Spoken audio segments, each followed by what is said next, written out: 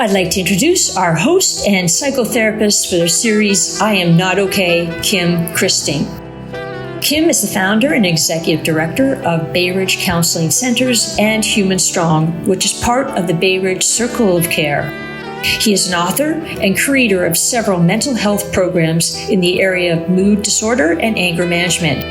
For several years, Kim hosted a call-in national talk show called Nightlight and has appeared on numerous national talk shows speaking to the issues of mental health and relationships. Over his 40-year career, Kim has intimately worked with thousands of individuals, couples, and families to help navigate the challenges of mental, emotional, and relational health. Please welcome Kim Christing.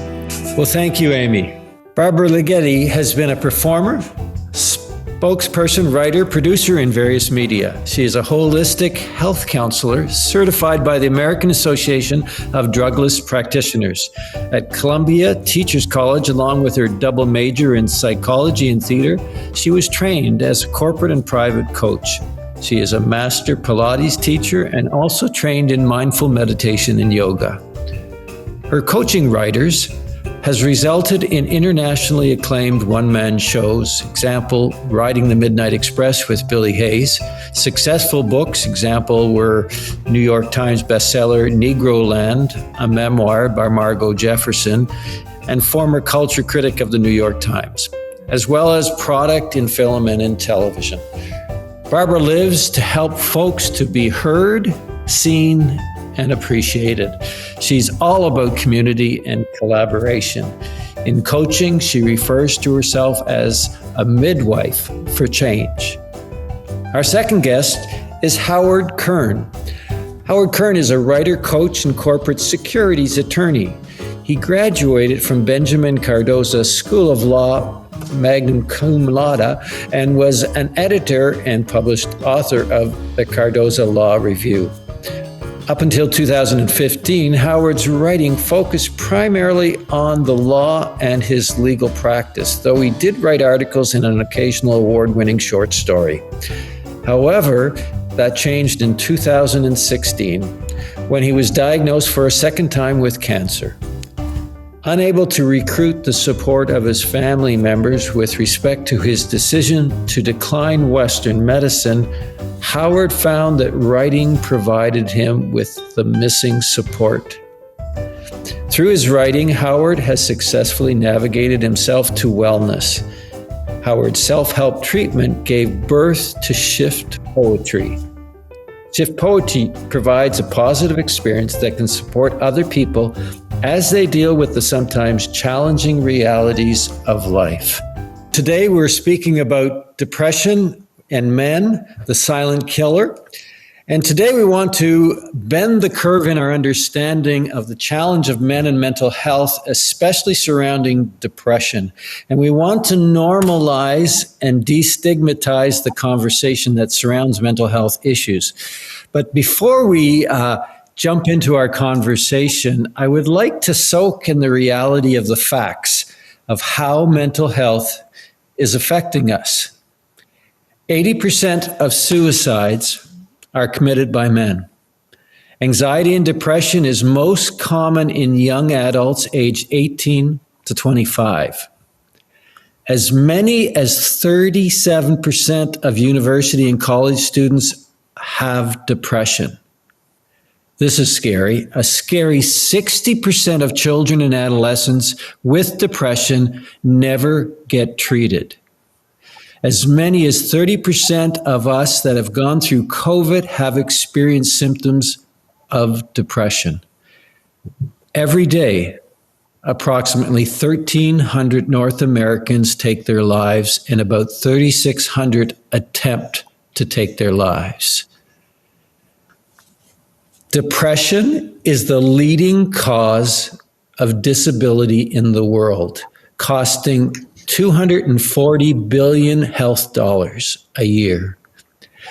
There is 3 times as many men as women die by suicide. Men aged 40 to 49 have the biggest suicide rates in the UK. In UK, suicide is the biggest killer for men under 45. Men report lower levels of life satisfaction than women, according to the government's National Wellbeing Survey.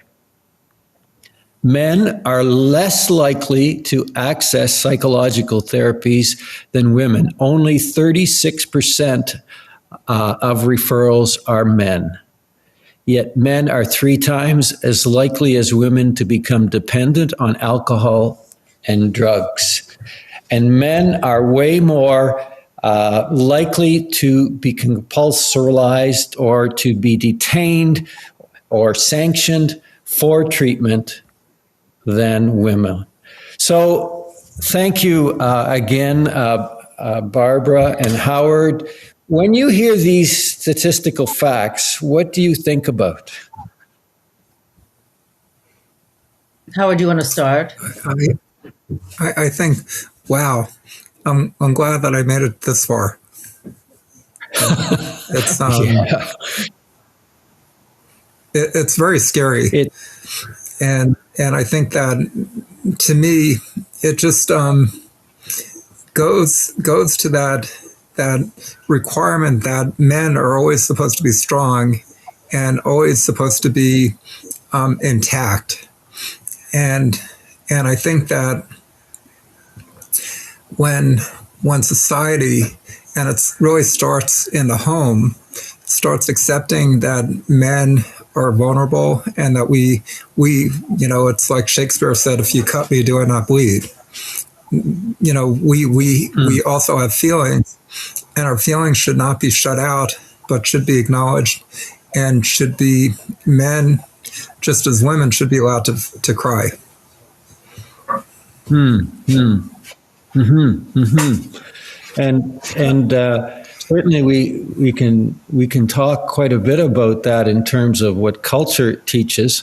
We are very much aware of the sadness of how women have kind of been betrayed by culture and by, advertising, Hollywood, where sex sells with regards to their body image and the Barbie doll scenario. But very rarely have we looked at men and how culture has said that we are to be like Superman. And what is he? The man of steel. The man that who also happens to be wearing a leotard. I like that. I'm not sure what that means, but probably a diaper in there too. But I think that there's some interesting writings these days in terms of that now men maybe are going to become more aware because we're obsessed with hard, muscular bodies that portray the image of strength.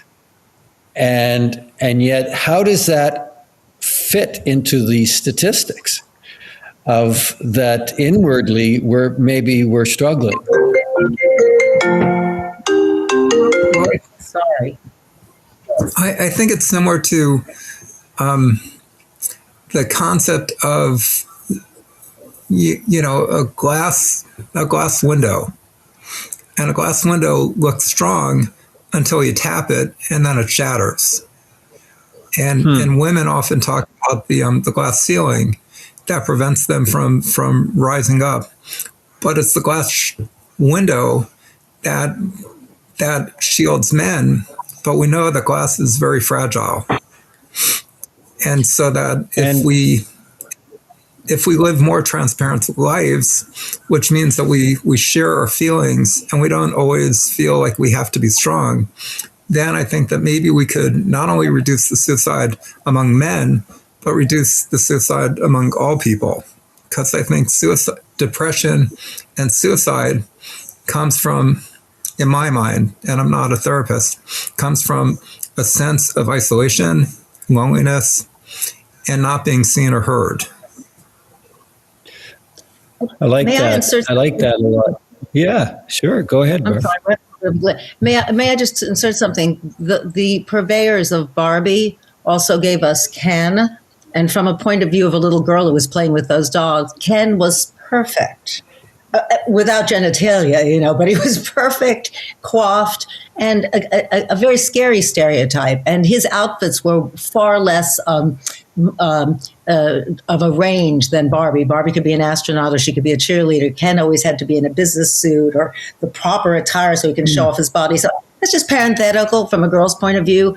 And I grew up with a dad with depression, and I'm going to be deferring to Howard because when I met Howard and I saw the work that he was doing could really permeate the male community. My dad was a veteran of World War II, and so I've spent a lifetime dealing with vets. Need I say more? A lot of men who really had a lot of heavy baggage. But I just wanted to mention Ken, and I wanted to mention deferring to Howard. So anyway, and Kim. That's great. No, I like that in that he only had one uniform, and he was to keep that outfit similar. And can we talk a little bit about if men are hidden behind, and it's actually we term this clinically a bit more. We call it COVID depression, where someone is not conscious or aware of their depression. And men struggle significantly with this sense of a masked depression. They don't even know they're depressed. And so it's kind of like what you're saying about Ken. He's in the same outfit all the time, and he's not aware of he's struggling with depression. And if that is true, how do you think that affects the sense of men being isolated and lonely?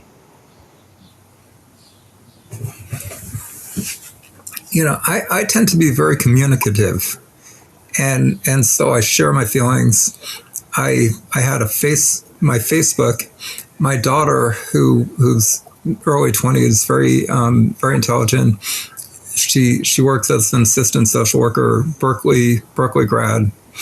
She once said to me when she was in high school, "Dad, you're supposed to tell me not to post certain things on Facebook," because she thought my Facebook posts were too revealing. And but I find that the more things that I keep inside, the more stress I create for myself. And secrets, though valuable in government or may be valuable in government, can be very destructive in a body. And I think that as men, we tend to be afraid of being perceived as different. As different to other men? Different than the ideal. I grew up with the concept that I was going to be a provider. I was going to be a father. I was going to always be in control, always be the one, always be strong. And so it didn't really allow a place for vulnerability. And it also meant that when I was younger, because I did not know how to express my feelings, the only feeling that I was familiar with was anger. So at times I would seem angry, even though that wasn't necessarily what I was feeling. But it was the only emotion that I, as a man, felt that I was permitted to share. Who taught you that? Well, I could blame my parents. I'll blame my mom. She died, so she can't defend herself. But I think that it was also just I grew up in an era where I watched reruns of Father Knows Best, The Brady Bunch, Make Room for Daddy, different shows that always showed the man as very strong and in control. And I also, I grew up in the era when you're going to get in so much trouble when your dad comes home. My ex-wife, she would say that to my kids, you're going to get in trouble when your dad comes home. And I didn't get that. What was he going to do? And what could I do differently than what she could have done? but the expectation, the onus was on me to be the disciplinarian, the stern one. You go to parties, and oftentimes you'll see women laughing and giggling and being girl-like. If a guy laughs or giggles, there's a question of who is he? What's wrong with him? Is he on drugs? Is he affected? What's the deal? And why is it that we as men can't enjoy the freedom to just be childlike? Wow, that's quite a question. By the way, those TV shows that I grew up with them also. And if you notice, all of those central men wear a uniform. It's Ozzie and Harriet. Ozzie has the cardigan on all the time. They do have the kind of Ken mentality. They're the center, and they're predictable, and they don't have very much range of emotion in any of those shows. And the women can be anything they want to be, and the man sort of pulls them back in, reins the family together. And so, if we as men are struggling with feelings of discouragement or fear or depression or loneliness, or and if we ever express those feelings, if the definition of a man is to be more like Ken or more strong and always in control, etc., what do you think that does to a man inside? He says, there's what a man is, and this is what I'm feeling inside. What does that do to us as men, do you think? So think about a garden, right? And the garden has cactus in it, and the garden has lilies and roses and zinnias and all kinds of flowers.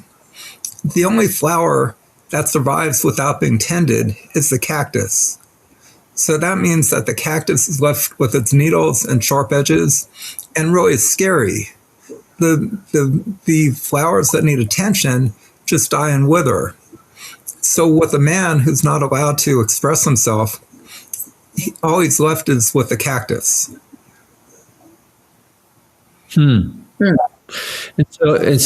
so he becomes prickly. He becomes isolated. He's all alone in the garden, and I guess he's respected if he survives the heat and the drought, etc. But he's still alone and lonely, and so I think I've had a few people. I remember standing in a conference once, and at the back of the large hotel gathering, and there was several thousands of men there, all men, and he stood beside me, and I was just a young buck in the crowd, and he represented one of the largest organizations that anyone would look towards here. And he whispered this to me, looking straight ahead without any conversation. And he says, I don't have any friends at all.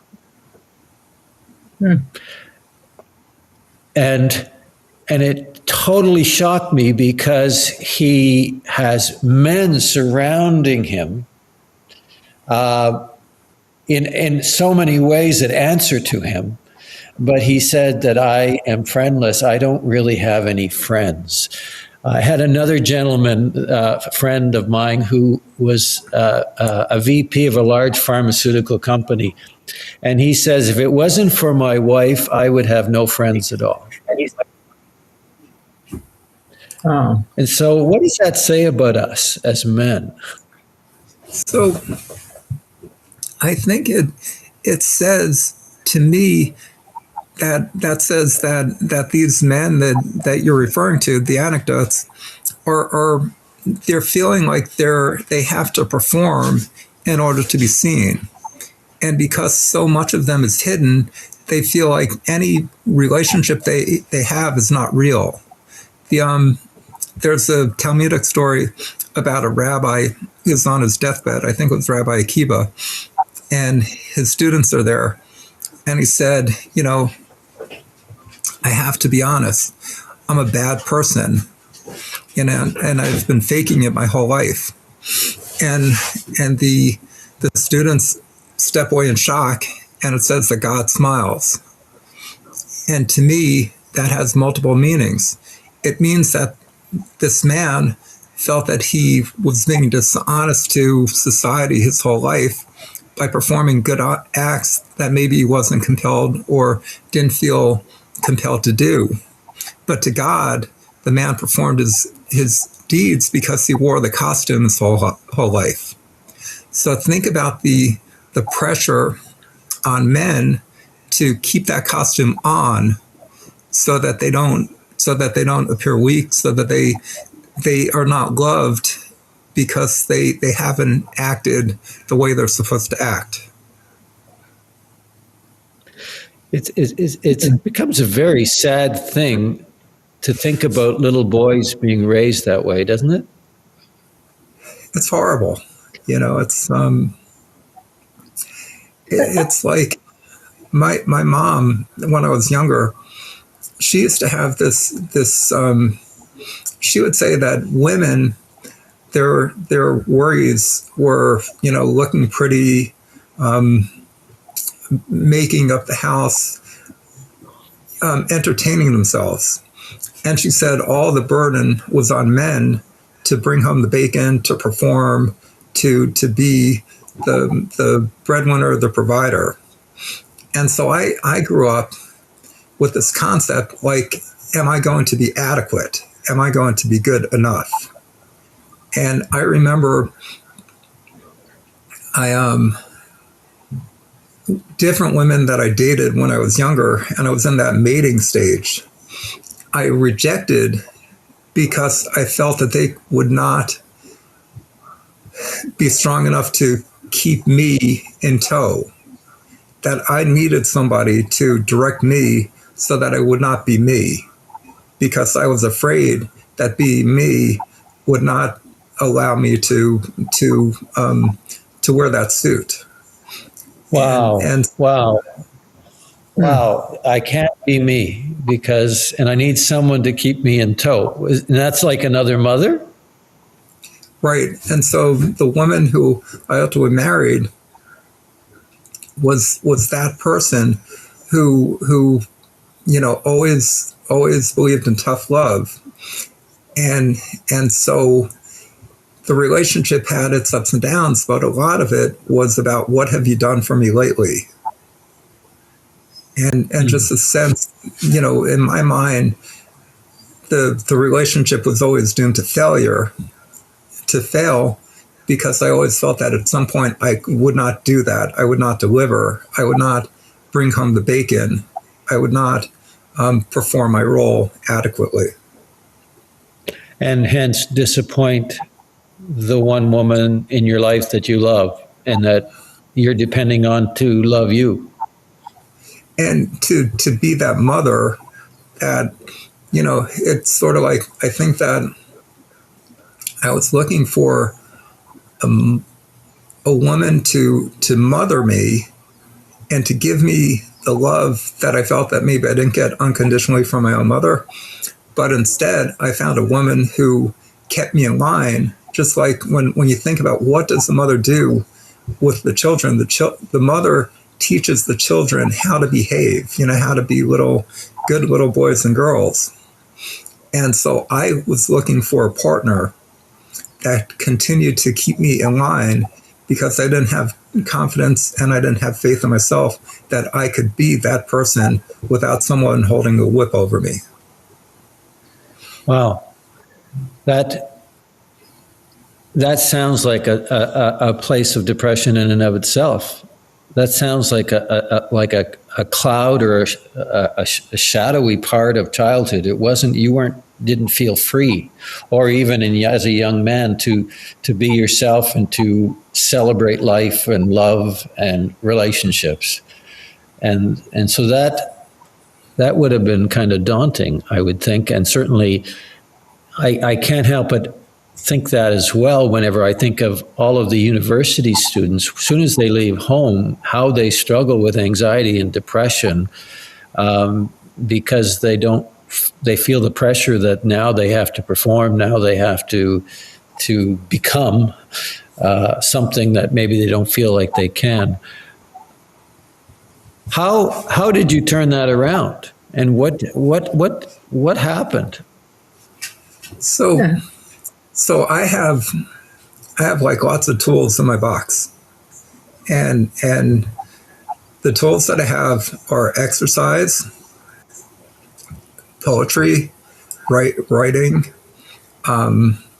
communicating, accepting, and realizing that I am enough. And if other people think that I'm not enough, that's only a reflection of how I feel. So instead of surrounding myself with people that see me as less, I try to surround myself with people that see me as more. That's a powerful statement, to say I am enough. It's, you know what I like to say, Kim, I'm sorry.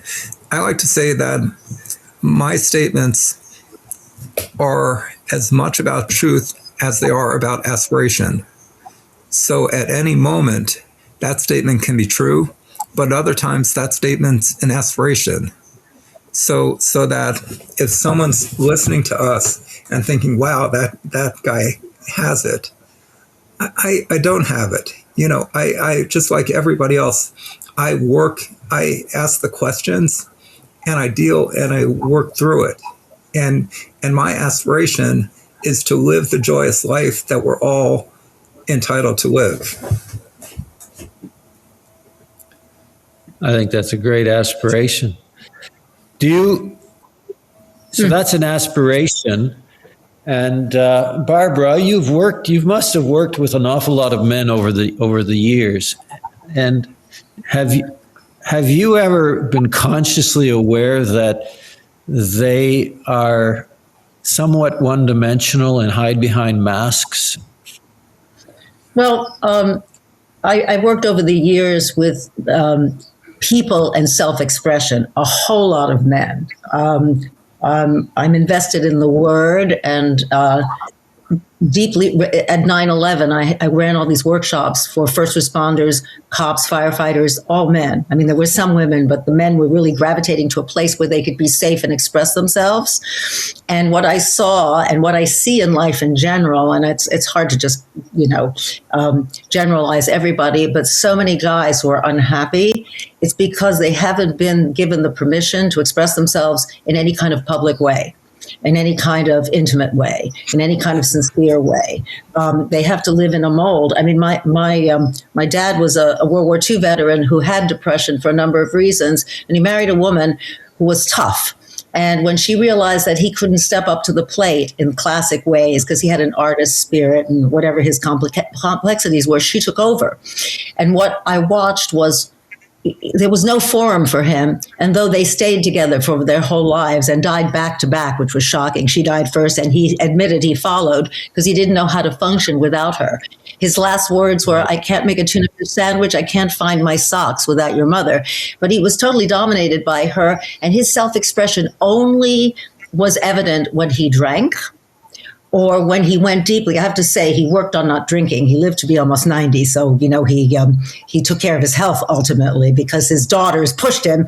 But he also had this art he could do. And to paint, for him, was able to get some truth out on canvas, And once he was painting, he became more communicative than he ever was if he had any audience. And someone would say, "Why have you chosen that color?" And it would trigger just him expressing himself in a way that he could not do in a normal way. Now, again, because of my father being a veteran who was torn, I spent a lot of time working with veterans, Vietnam veterans, Iraqi veterans, and there's a lot of that there. They have to be the tough, they have to be, and women fall in that category somewhat, but women are allowed to break down. Women are allowed to pull the Me Too card. Women are allowed to do a whole lot of things, and I love being a woman.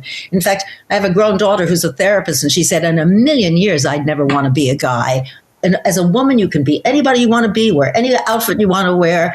As a guy, you just got to toe the mark, unless you're lucky enough to have a brilliant creative talent or just be a one-off, where you can just be above the fray. But for a typical guy, for a typical male person, there is a mold that has to be squeezed into. So I do see that everywhere. I see it everywhere. And given, I guess, my biggest value here, and I work with Howard because I saw that Howard developed a medium of self-expression, I like to support any scenario where a man can come into a room and be honest and can self-express and not feel any judgment, not feel what he's saying is imperfect. We always like to say, whatever you say is perfect if it's from the heart. So yes. Yeah. And Kim, I want to add one thing, actually two things. One is Barbara shared a story with me about her dad, and she had said to her dad, "I always appreciate that you listen to me." And his response back to her was, "I don't remember listening to you. I was always drunk." And to me, that's that wall that we put up to defray our feelings. So instead of acknowledging his sensitivity, which I'm sure there was that, he wanted to make it seem like, "Oh, I'm a tough guy. I wasn't listening. I didn't hear what you said," but he was. And number two, I want to say that one of the mechanisms that I have dealt with my own feelings is therapy, talk therapy. I've never taken any drugs because I've always been against anything that would create a dependence. And I never wanted to be in a situation where I could not get out of it without the resources that I had on my person. And that's how I deal with all problems that I might have. I had prostate cancer back in 2013, and I had my prostate removed. And then in 2016, I was faced with the prospect that the prostate cancer had come back, and the doctor's recommendation was taking hormone blockers. And my concern was that I would take the hormone blockers, I'd lose my virility, my vitality, and I'd be the guy in the with the breast, with the spittle coming down my mouth, and I don't want to do that.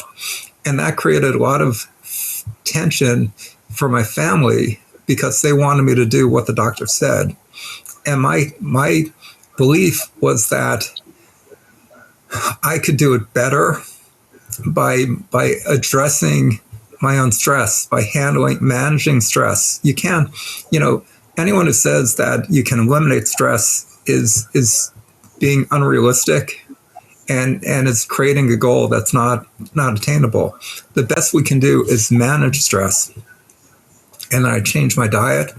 And what Barbara noticed that I had started doing even before I met Barbara was I started writing, and I wrote poetically because a friend of mine said, I've read your prose and I think I like your poetry better. So from that point forward, I just focused on poetry instead of prose.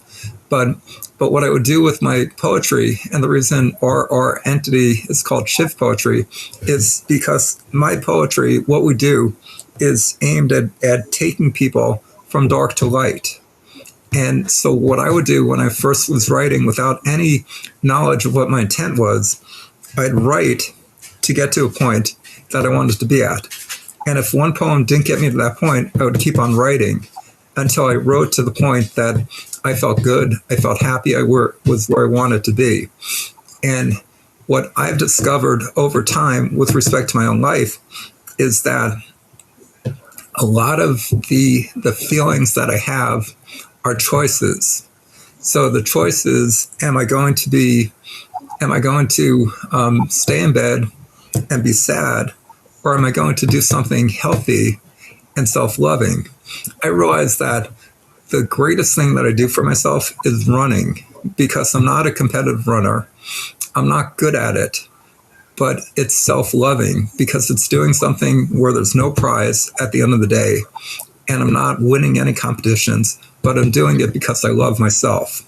And I think that that's what we all need to do is we need to find something that we enjoy and just say, to heck with everyone else. This is what I want to do because I deserve it. Well, that's pretty powerful, and so I like we certainly learned this about grief work and getting pain out and getting certainly with trauma as well, is that we have to take what's inside and get it outside.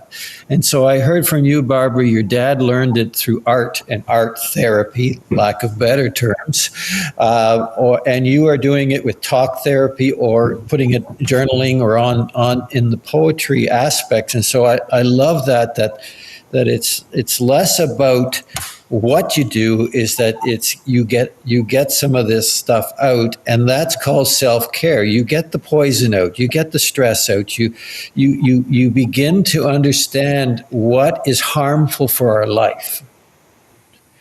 Let me challenge you a bit, because I'm sure you have more to say that I'd love to learn about that whole process. The only thing I didn't like was this concept of you used the term self-help, and so it sounds like that you're not interacting relationally anymore. You're doing this all yourself. And to what degree is our men are already isolated? Barbara, help me out. I was just going to jump in with what we do. We do it in groups. There's sometimes one-on-one in order to prepare somebody to get into a group, because what we do is encourage people with giving them scenarios. Whatever we do, meditation, jogging, their thinking, tapping, whatever the room requires, we break them down, get them sensitized, and then we want them to write and then read, self-express in a group. And by the way, poetry is our definition of poetry. Stacey K. Smith, our 22nd Poet Laureate of America, called poetry writing without rules. So poetry might be thought of as something other than what we do. It's really writing without rules and writing sparely. And the nice thing about poetry is you don't need punctuation. You don't need, the rules of self-expression fall away. So you can say whatever you want to. But we're very much getting people to share their feelings. So, getting someone to a point of expressing feelings is part of it, but getting them to share them in a safe space where there are no repercussions. It's like an AA meeting. What happens at grandma stays at grandma's is a bumper sticker we have in our office. But it's really feeling that you're not being judged. And after people read what they've written, all we say is thank you. Thank you for sharing, just thank you. It's not, I didn't understand what you said. I didn't like your words. But so that's the truth is that I think our modality, and I think a need societally, it's corny. But when the women were at home, making the food and taking care of the kids, they were communal. Even if it was just generations of women all yammering to each other, and the men were out there alone, the hunter-gatherers, maybe they were being team workers, but they weren't really communicating. So, it sounds so corny, but it prevails in society. Guys are not that disposed to getting together and talking about real feelings. Maybe they'll talk about some gal in the office or some deal on Wall Street or something. But I know it sounds so corny, but it's really hard for guys to just say, I have my mother's thighs, or I have a headache and constantly, and I don't feel like I'm enough. Whatever it is, girls can say anything with exoneration, but guys really can't, and especially close proximity to women. Because we're taught to judge guys. And if they don't produce, I just got lost. If they produce, they become secondary citizens to us. Yeah. My screen. Barbara, I just want to interject.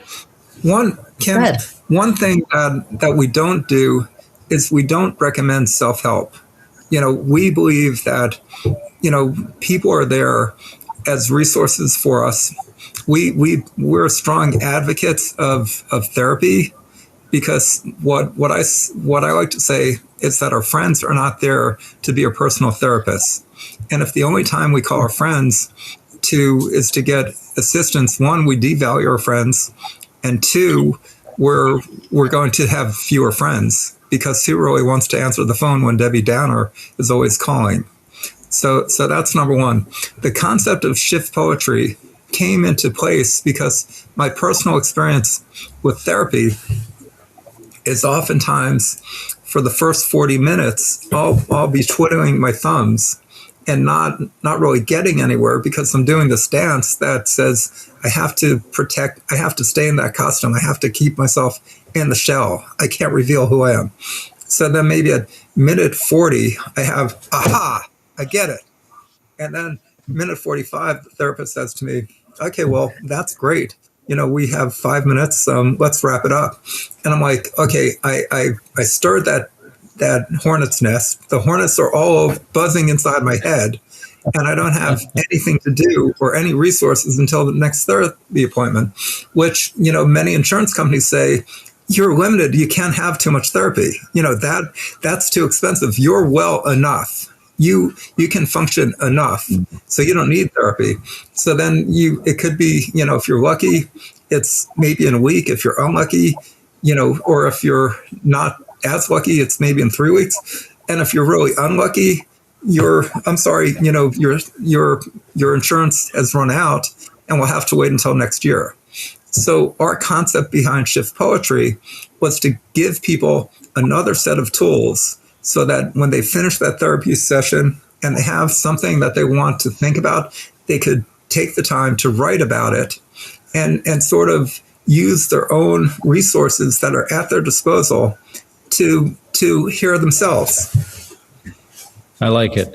I like it a lot. And we in our counseling centers often say that the real work takes place between sessions. But I smile because how many of the joke around a lot of our therapists is that we're saying goodbye to our clients and then they just turn and say one more thing and they drop a bombshell, which we can't even begin to unpack.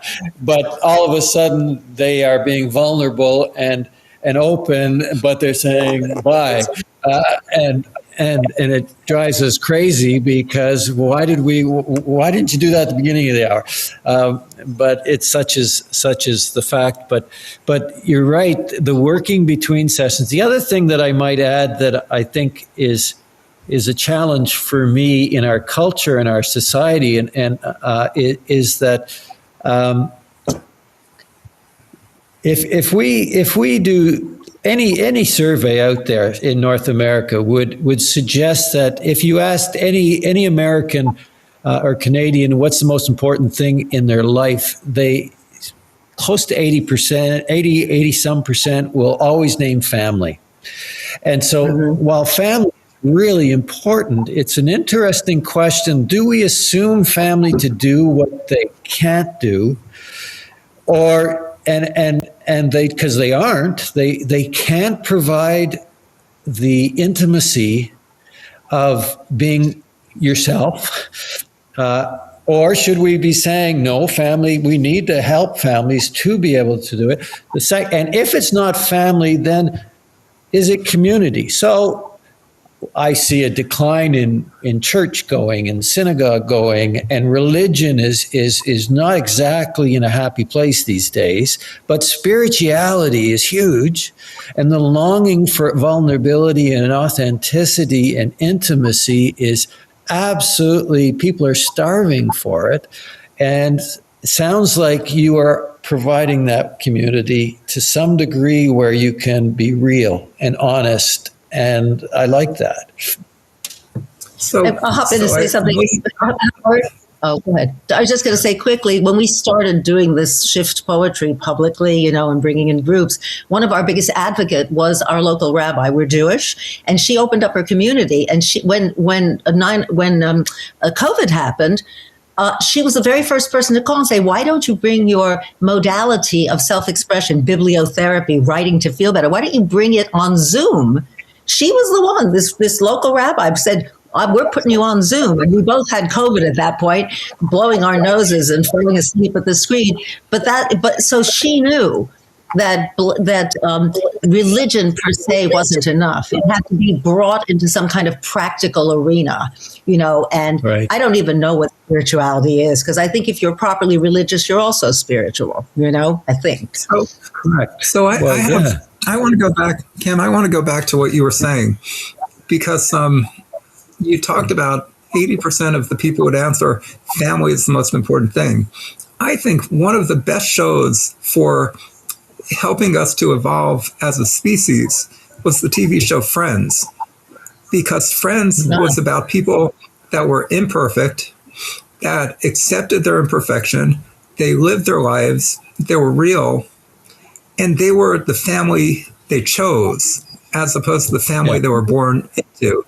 And I think that what happens to many of us is that, we can surround ourselves with all these people that tell us how great we are. But if our mom or dad or siblings don't see that, all we hear are, "You're not enough." And what would be great for humanity, for people, is to, instead of choosing to hear the voice that says you're not enough, choose to hear the voice that acknowledges you and sees you as the perfectly imperfect being that you are, that we all are. I like that, and I think you're right. We end up choosing and creating our own families, at least some of us. And the concern, I guess, is that for men especially, we have trouble doing that, and it's really difficult for a man to say, "Hey, can I get together? I need to talk." Or can you imagine, "I need a hug"? Oh my goodness, like that, so tough. When it comes to the inner struggle, I had one firefighter say to me in a session, saying, "I don't get it. Why is no one talking about what we're going through?" And they don't feel. Here they are in a group of men that they love the camaraderie. People want to be firefighters because they become a family, but the family is all about competition, crude jokes and humor, and going out for a drink afterwards, and possibly playing sports. I have to interject something, because when I worked after 9/11 with all those firefighters, I got into all of those their different what do you call it, the units, and whatever. And I saw that they all like to exercise, they like to cook. Yep. Some of them are really smart, even getting higher degrees. They do this kind of personal thinking. But when they get together, it's a slapping on the back and being, it's not personal feeling, And by the way, firefighters, cops, first responders, they tend to be way more men than women, because men are bigger and they're programmed to do all that. So I dare say that the small margin of women who do these, aggressive, save the world things, physically, literally save people things, they might have similar feelings to the guys, but those worlds are populated by men. So I want to put something out there that maybe is not where you'd want to go, but something to think about, which is that I think firefighters have the same issues that women have, because women, the complaint that many women have is that you don't see me, you don't hear me, you just objectify me. You see me as, a vessel to get your rocks off, or something to look at or comment about. And when I think about firefighters, I think about the calendars that people have for firefighters. I have a gay friend who watches 9/11, and he loves to talk about these two firefighters that are flirting with each other. And so when I hear that firefighters say that they're not they're not seen, I'm thinking, I watch MSNBC, and all I hear about are the emergency workers and how great they are. Or I hear about the fires. We're in California, and I hear about the firefighters in California and how they sacrifice their lives and how amazing they are. And I'm thinking about, mothers who have said, "I'm not appreciated," or fathers who say, "I'm not appreciated." And again, the question is not whether they're appreciated or not. The question is, why don't they appreciate themselves? Why don't we as people appreciate our own value? Why is it that we have to hear other people say that we're great before we can feel great? Well, there's also the issue of dealing with trauma. If women experience trauma, they're allowed to cry right off the bat. If men experience trauma, they have to sort of suck it up. They have to be in fact, there was a remarkable article after 9/11 in New York. There was a New York Times front page article condoning public crying, particularly public crying in men. The city had been excoriated.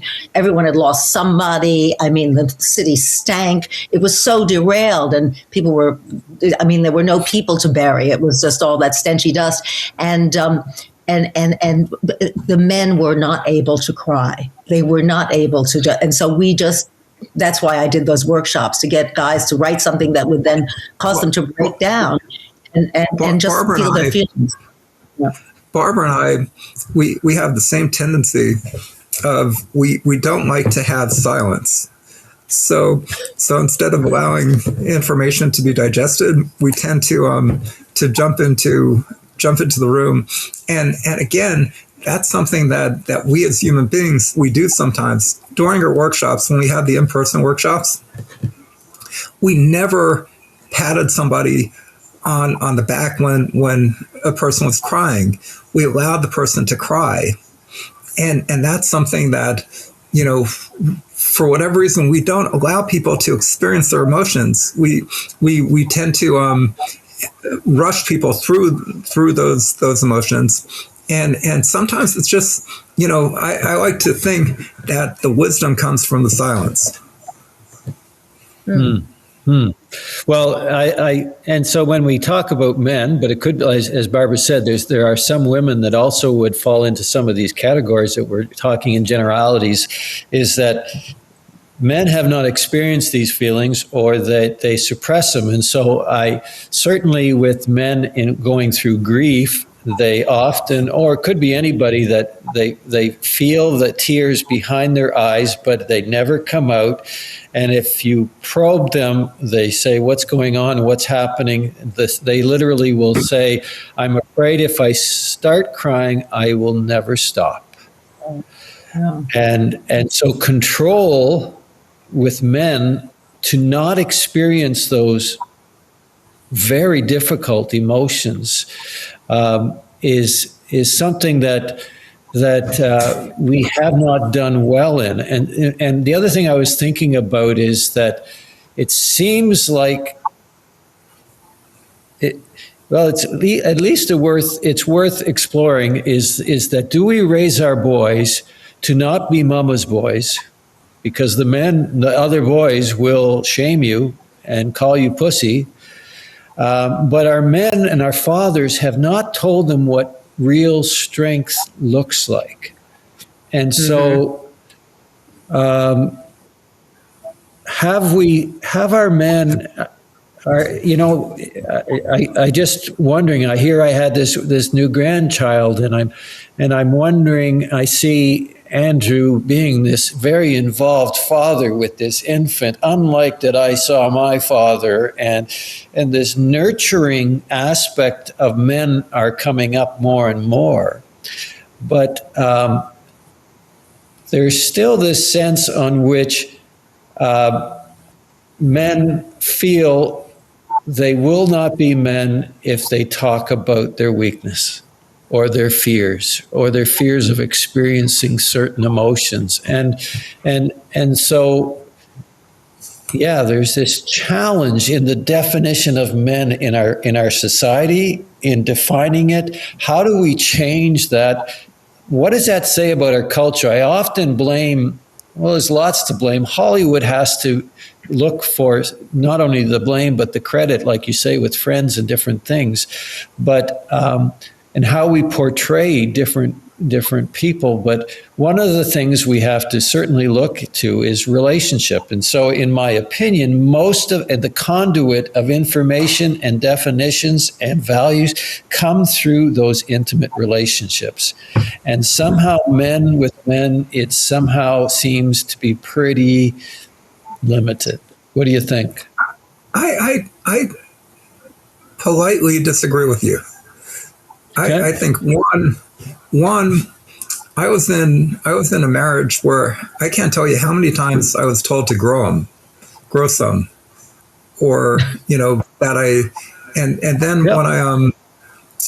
when I tried to share my concerns, I ended up having to comfort her because she took the concerns that I had and they snowballed, and I had to calm down her instead of being able to address the concerns that I had.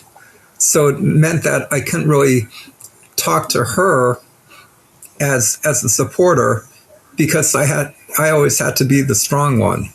And if I wasn't strong, the comment would be, why don't you grow some? Everybody has to deal with it. Why can't you? Every guy has the same issues. Why is it harder for you? And That's so my point. No, that's I have a point also. So my point is that I have great relationships with many men.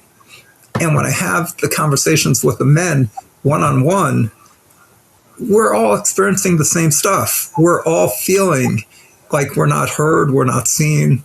And if we show any sort of weakness, we're less than what we're supposed to be. And so men, I think that I'm a great friend to lots of different people. And so I think, and I think that I have great friends. So I think that any guy who's friends with me is lucky, and I'm lucky to have the friends that I have. But I do agree that many men don't have friends that they could talk to that are going to listen to them without judgment. So my best advice to any parent and any young boy is don't drink and don't do drugs, because those two things are going to take you that far, much further away from being you. It's going to be something that you're going to resort to when you're down, when you're sad. Worst show in terms of portraying alcohol is Blue Buds, because Blue Buds is the show about cops. And every time they have a discussion, whether it's the guy, the father with the son, or the father with the daughter, or the daughter with the, sister, brother, they always say, okay, let's have a drink. And every time they're having a serious discussion, they bring out the alcohol. And for whatever reason, I just want to finish. For whatever reason, I knew that if I learned to drink, that would be my escape, and I'd be another statistic, because I think that the statistics that you're reading in terms of male suicide, a lot of it has to be tied to drug use and alcohol use. And the reason that it's increased is because it takes people away from their reality, puts them more into that doom. And ultimately, there's not enough alcohol and there's not enough drugs to make it better. The only thing that makes it better is opening your mouth, sharing your pain, and letting yourself hear others, so that you understand that pain you're feeling is not imaginary, but it's not fatal. And others are in the same boat. And if we all take an oar, we can help, row to the other side. And it's only by believing that you're in a bubble, COVID bubble, that you're going to exhaust yourself and you're going to sink. I think it's corollary to that. I just want to do a footnote. If a man is crying in your presence, let him cry. Don't turn it into an event. Because if you turn it into an event, he becomes self-conscious, and others around him will say, "Ooh, if I go there, I'm going to be highlighted too much." And you're talking about your wonderful son who's being such a great dad. That should be part of society. If the family is designed so that the dad can spend time, don't point to it as this chase lights aberration. Look at this guy taking care of, because then other men will be afraid to not be the same, not step up to the plate. I really think that we should be less self-conscious about ourselves. And by the way, TV is pernicious, but Madison Avenue still does exist, and it's even more pernicious, because when you look at ads everywhere, you see two stereotypes of men. One is the buff, macho, gorgeous, and 98% of those guys are gay anyway, and God bless them, because I could care less. But you look at commercials, men who are schlubby are portrayed much more than men who are strong. I mean, I have friends who are actors who, they dumb themselves down, and I have one friend who's made 70 commercials because he's every man. He's the man who has, a bad stomach. He's the man who's is fat and has to eat special pain. Barbara, Yeah. how is this help? How are you helping people with what you're saying? Well, I'm saying that I think that we have to be a little bit vigilant about media, especially now that COVID has pulled back. Media is coming back. But we can't change media. Media is going to do what it's going to do. So all we can do is we can help people get the tools so they could watch what's on TV or in the movies, and they could accept it. They could, one of the trainings that I know that you go through, Kim, as a therapist, is you have to sit through movies and learn not to personalize the movies, not to put yourself in the story. And I think that that's what we all need to learn, is how to live life without personalizing every experience, so that we understand that we are not the problem. We're just like a cog in the wheel, and let's enjoy our place in the universe. Okay, I buy that. I still think we can do it with media. Thinker. Yeah. Yes. I think we need to be able to all have a voice in our society, in our culture, and call out anyone, whether it's government or Hollywood or media, to whenever they are harming our children or the images of things. And so I think that is something that's important. With regards to, I found it interesting with when you talked about your ex talking you to grow some, etc. And ultimately you obviously extradited yourself, or something happened there. But in that example, it still sounds like a woman was defining who you were and weren't. And it was possibly being personalized. And my call is for us men to do what you just said, that we, in my training or whatever, we need to learn to not personalize. And we need, because one of the things when we talk about the inability of men to express themselves with emotions and to become comfortable with difficult emotions and to be able to negotiate, because all relationships negotiate power. You cannot have intimacy unless power has been and control has been negotiated. And so if a man cannot articulate and know the terms and be able to express emotions, they cannot have intimacy. And that's why anger comes to the surface, because they'll call it unfair. And so in what you just said, what was that happening? Well, that was a shaming technique. That was an emotional verbal abuse, if you really want to say it. And we have to be able to call that and be able to have strength, as you have said correctly, I think, Howard, that's somehow within our own self-love, in our sense. But I think men, our fathers, our mentors, need to be able to talk to us about that. It is not just by not being a mama's boy. We need mentoring, and your skills that you're teaching, I think, helps in that arena. In what does it look like to be a strong man? We don't have to put people down to be able to negotiate control and power, but we need to realize, like Brene Brown and others have said, is that our strength comes in our vulnerability, right, in our authenticity. Mm-hmm. But we need more men saying that. I think for me, what it comes down to is that the parents, moms and dads, need to look at their kids and hug the kids, regardless of whether the kid is a boy or a girl.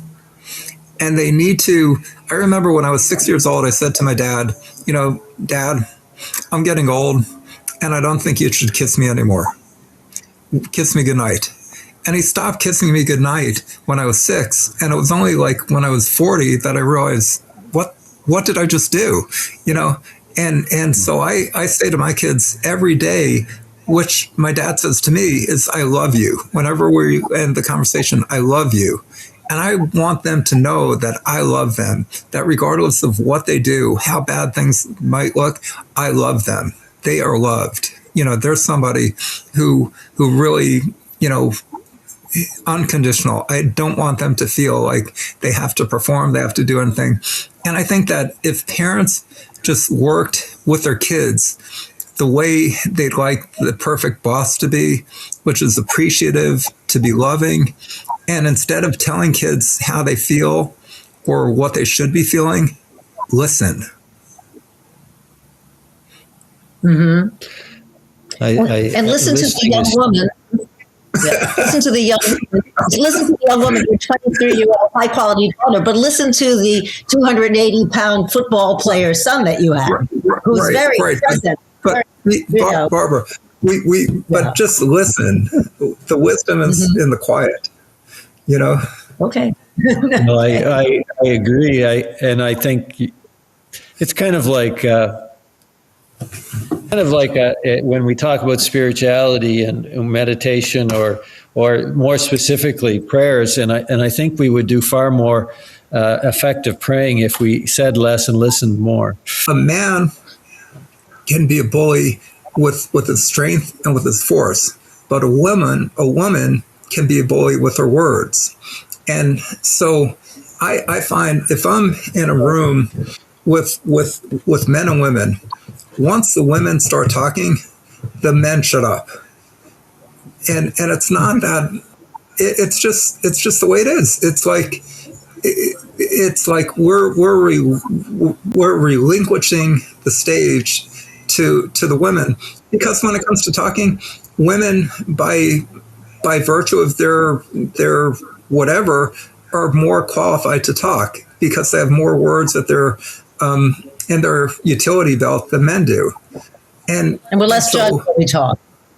Right, but again, it's a function of women need to sometimes they need to understand that if they want men to talk, they need to listen, because once they start talking, the men shut up. I apologize. I agree with that. I want to show you. I know we saw it. We saw it. But when I was pregnant with my only child, my father gave me this by a young artist named Jenny Holzer. It was featured in MoMA, and this was a knockoff of it. And it says, raise boys and girls the same. Unfortunately, I had a girl, so it was easy turf to raise her. Had I had a boy, I would have thought twice about how I was raising him.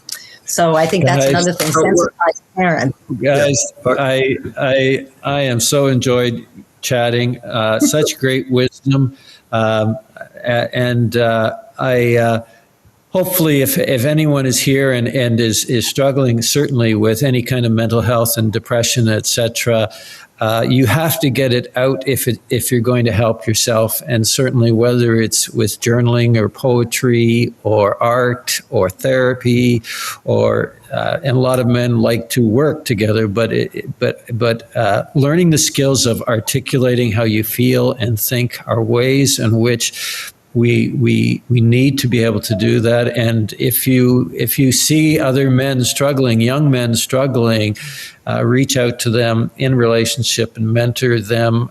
Either I like the whole idea that we should have a mentor above us, below us, and beside us, that we're all going in those areas. And I want to thank you guys for your work and for reaching out to all kinds of individuals.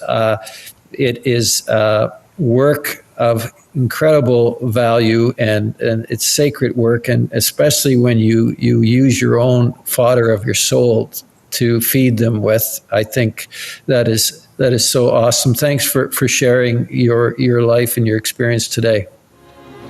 Thank you. Thank you so much. Thank you for giving us venue. Be well. Thank you.